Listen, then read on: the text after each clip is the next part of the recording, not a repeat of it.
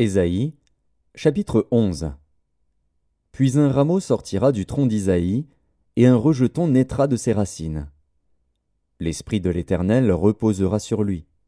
Esprit de sagesse et d'intelligence, esprit de conseil et de force, esprit de connaissance et de crainte de l'Éternel.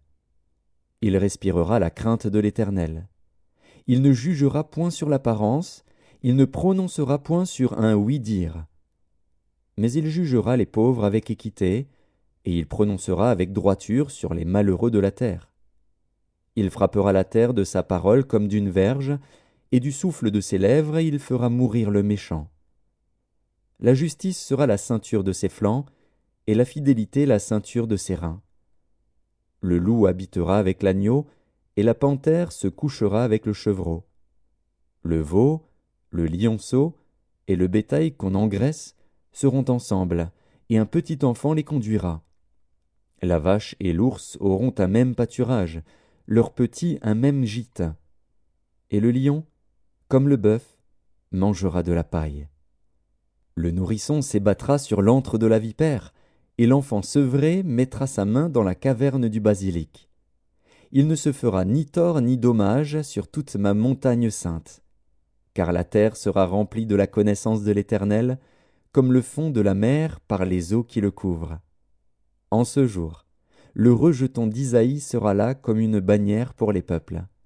Les nations se tourneront vers lui, et la gloire sera sa demeure.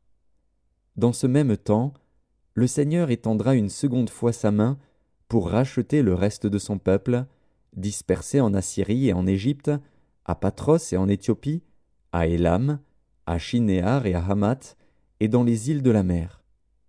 Il élèvera une bannière pour les nations, il rassemblera les exilés d'Israël, et il recueillera les dispersés de Juda des 4 extrémités de la terre. La jalousie d'Éphraïm disparaîtra, et ses ennemis en Juda seront anéantis. Éphraïm ne sera plus jaloux de Juda, et Juda ne sera plus hostile à Éphraïm. Ils voleront sur l'épaule des Philistins à l'Occident, ils pilleront ensemble les fils de l'Orient. Édom et Moab seront la proie de leurs mains, et les fils d'Ammon leur seront assujettis. L'Éternel desséchera la langue de la mer d'Égypte, et il lèvera sa main sur le fleuve, en soufflant avec violence.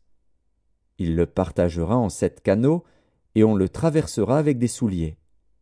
Et il y aura une route pour le reste de son peuple, qui sera échappé de la Syrie, comme il y en eut une pour Israël, le jour où il sortit du pays d'Égypte.